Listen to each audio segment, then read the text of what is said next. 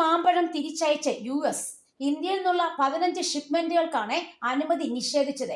ആവശ്യമായ രേഖകളില്ലെന്നും ഉള്ള രേഖകളിൽ വ്യക്തതയില്ലെന്നും ചൂണ്ടിക്കാട്ടിയാണ് San Francisco, Atlanta, Los Angeles വിമാനത്താവളത്തിൽ മാമ്പഴങ്ങൾ തടയപ്പെട്ടത്. ഇന്ത്യൻ മാമ്പഴത്തിന്റെ ഏറ്റവും വലിയ കയറ്റുമതി വിപണിയാണ് US. ഒന്നുകിൽ US തന്നെ വെച്ച് നശിപ്പിക്കുകയോ അല്ലെങ്കിൽ ഇന്ത്യയിലേക്ക് തിരിച്ചു കൊണ്ടുപോവുകയോ ചെയ്യാമെന്നാണ് US അധികൃതർ പറയുന്നത്.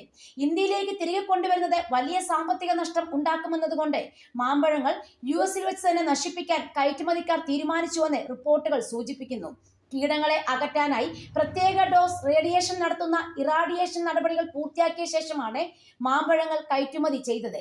എന്നാൽ ഇതിൽ സംഭവിച്ച തെറ്റുകളാണ് ഇന്ത്യൻ മാമ്പഴങ്ങൾക്ക് ഇരുട്ടടിയായത്. മുംബൈയിൽ വെച്ച് മെയ് 8, 9 തീയതികളിലായിരുന്നു നടപടികൾ. US തന്നെ കാർഷിക വകുപ്പ് ഓഫീസറുടെ സാന്നിധ്യത്തിലായിരുന്നു ഇറാഡിയേഷൻ നടപടി. ഈ ഓഫീസറാണ് കയറ്റുമതിക്ക് ആവശ്യമായ PPQ 203 ഫോം സർട്ടിഫൈ ചെയ്ത് നൽകേണ്ടത്.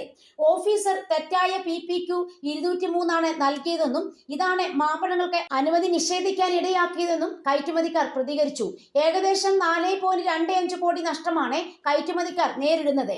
US ഉദ്യോഗസ്ഥർ ചെയ്ത തെറ്റിന് ശിക്ഷ ഏറ്റുവാങ്ങേണ്ടി വന്നത് തങ്ങളാണെന്ന് കയറ്റുമതിക്കാർ പറയുന്നു.